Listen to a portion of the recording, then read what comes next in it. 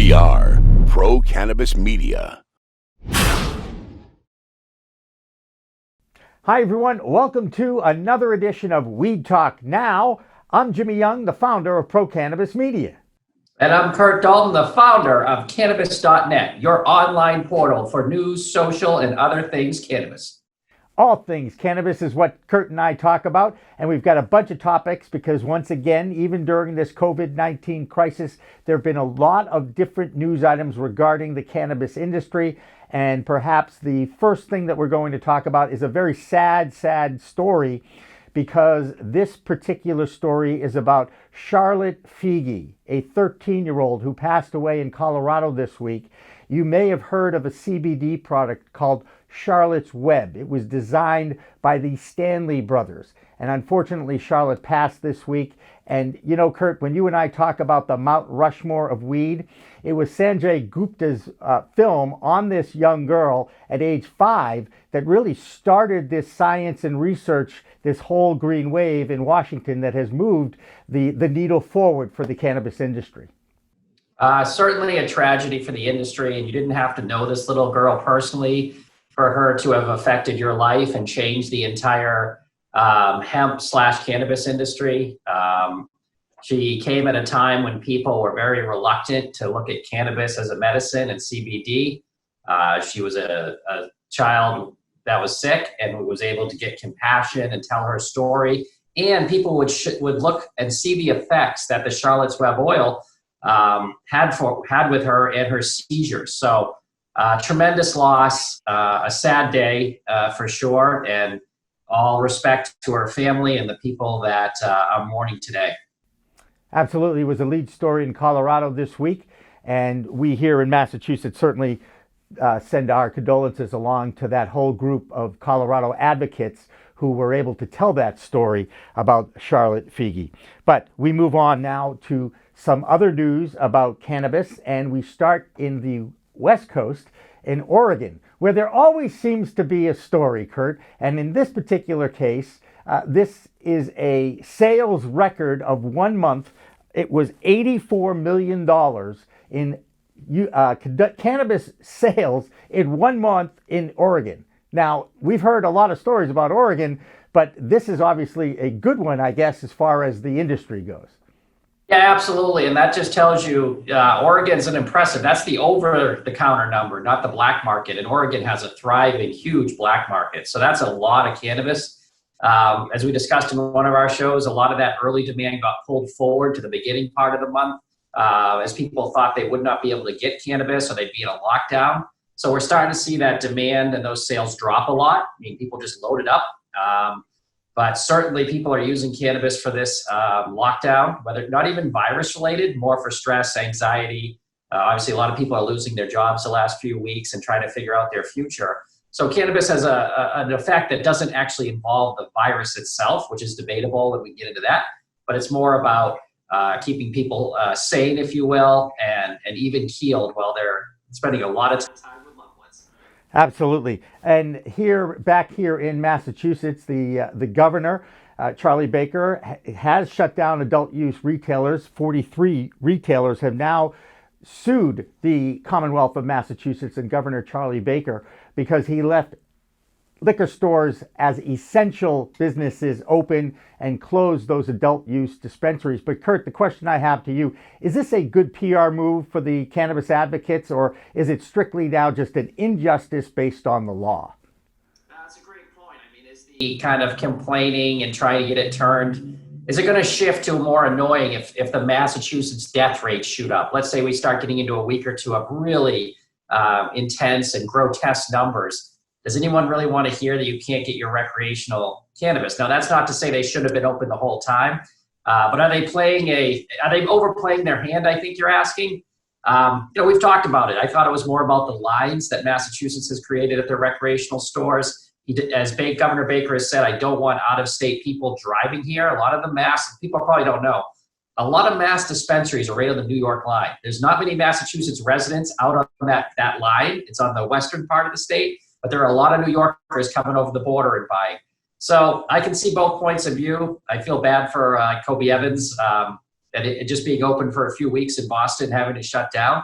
But again, it's right now we're dealing with people, make sure your heart and you can breathe and you're alive in 6 weeks. So, I think, again, the argument, if liquor stores could be open, why not rec? Lines at liquor stores can be controlled like a supermarket. You can do different things, but I thought there was always a compromise there. Governor Baker and Maura Healey, our Attorney General, don't seem interested, but you could do online ordering. You could do wait in your car. You could do curbside if you found that safety to economy balance. Yeah, and that balance has definitely been skewed so far in the last few months here, but we don't want to get into too many politics anyway. In California, though, delivery and curbside pickup is up, and in fact, Harborside, Steve D'Angelo's group out there in California, actually has increased hiring of delivery drivers. The same kind of thing going on here in Massachusetts on the medicinal side of things. But no surprise that in California, they're always looking for compromises to maintain businesses as far as cannabis goes, as opposed to other states. We have a job board up at cannabisjob.net. I encourage people to look at it. It covers the entire country and Canada. And one of the things we're seeing is drivers, which isn't unusual. I mean, Amazon's trying to hire 100,000 people. Instacart's trying to hire people. So if you're in the, quote, driver category, there's multiple companies, including cannabis deliveries, that need to be delivered. Anything that needs to be delivered, basically, for that last mile needs a driver. So whether it's cannabis, strawberries, Jack Daniels, or, back, people are hiring drivers to deliver. Or OG or Kush or something like that. That's what it's about. Another effect of this, obviously, as far as business goes, a lot of these conventions, Curt, you're starting to see a lot more cannabis webinars online. In fact, you're starting to see a lot of webinars online, not just the cannabis industry, but there has been kind of a cottage industry of conventions all over the country. And one here in New England, the New England Cannabis Convention, originally was set for March of 2020. They moved their date to June, and now they've moved their date again now to December. And I guess the question I have, and none of us really know the answer to this, Curt, but I'm going to just throw it out there. What is more likely to happen? The New England Cannabis Convention in December happening in Boston, or the NFL actually playing games that weekend?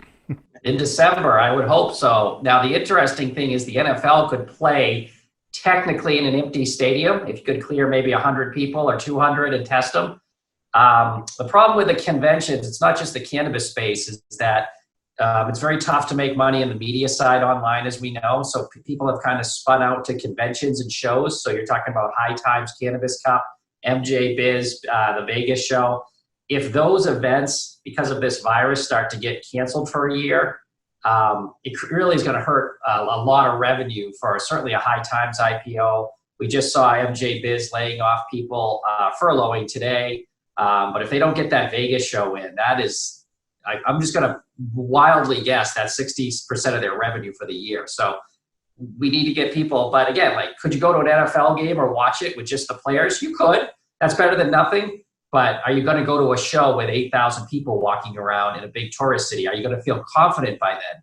From what I'm hearing, people over the age of, say, 55 are like, I don't care when they tell me to go out. I'm not going out in the first wave. I want to see what happens. So just because someone might say, let's go, we're good to go, doesn't mean people are going to start running out and go to big shows.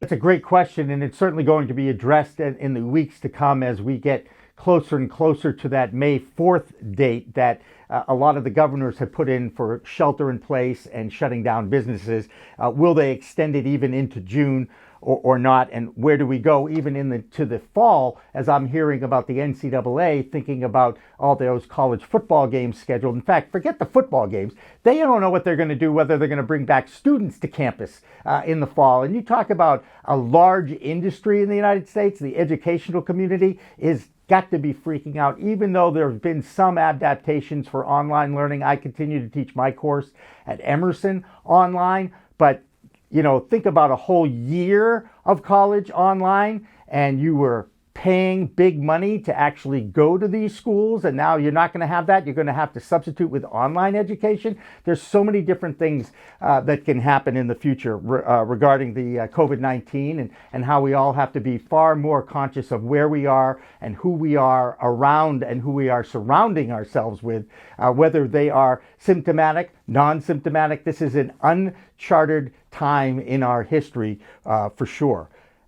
There's been another little item that happened this week, Curt, and it had to do with a certain football player, as we segue again back into sports a little bit. I believe his name was Tom Brady, the GOAT, as they say, the greatest of all time quarterback, who just left the New England Patriots to sign with the Tampa Bay Buccaneers.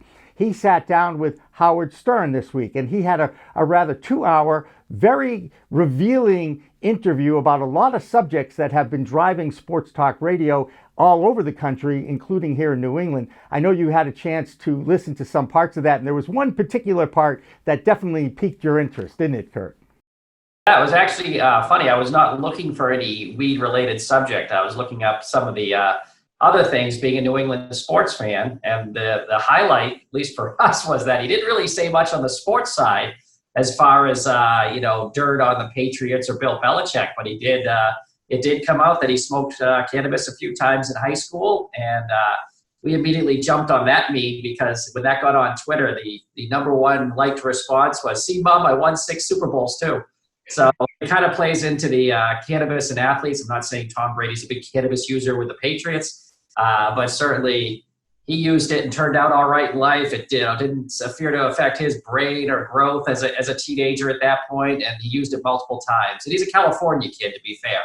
But good. Now he's the GOAT now, as we put in our meme. He wasn't the GOAT before; he just became it. That's right. And you mentioned that he's a California kid, as you know. More importantly, Curt, that's a normal behavior in California. Not just in California, I might add, for high school students who are always looking to try and push the envelope a little bit. And that goes to my last little comment. I want to bounce this off you. You know, for generations, and you made a reference there for older Americans, and I know you were looking right at me when you thought of that, those over 55-year-olds. It's okay. I got it. I have no one else to look at. You know, for years when cannabis was one of those don't tell me about where you're doing it kind of things, we're sneaking around the back, outside in the alley, up the hill, in the woods, wherever, to go get a few puffs or get a little buzz on, right? This has been the mentality for decades of users, regular users of cannabis. And needless to say, every time that you did that, you were breaking the law. And even now, in Massachusetts, you cannot smoke in public a cannabis cigarette or a bowl or anything like that. And yet you and I both know that there's the law and then there's the reality. And for decades now, people who have been regular users have been breaking laws, acts of civil disobedience, if you want. However, now, those lines have been drawn even harsher, if you will. And I just wonder, will we see any, what do you think about, are you asking people that have done this for years to just, okay, now I'm going to be a total law-abiding citizen. I am not going to break any of these laws that are now in place now that we've actually got the legal sale of cannabis? I think it's going to be more about jobs. The NFL test, or up until this most recent CBA, where it would suspend you for cannabis use. So if your job, whether it's a bus driver or an NFL quarterback or a financial advisor or whatever it is, dictates that you cannot use it to keep your employment, that would be something you would have to do in order to make sure, especially coming into this recession, to keep your job. I don't know if it's a morality or a legal play in the sense people are legally worried about it or morally anymore, but if it affects their ability to get a paycheck, then I think that's now the new law or the new morality around is I like it, but I can't do it. Like, so Tom Brady could have said, yeah, I love, when I get hit all day on Sunday, it feels great to use cannabis on Monday. But now with the new collective bargainings, just in that sport and baseball, as you pointed out before, he'll be able to use it and not be suspended, at least for recovery purposes. Yeah, and that is another example of why, indeed, we're talking about a whole new world with the COVID-19 and, of course, a whole new world of weed out there as well. Curt Dalton, as always, a pleasure to chit-chat with you every week on Weed Talk Now, and we will continue to have these little discussions as we move forward here in this whole new world of weed and our whole new world of existence. So for Curt Dalton, I'm Jimmy Young of Pro Cannabis Media. Have a good one, and we'll talk to you next week.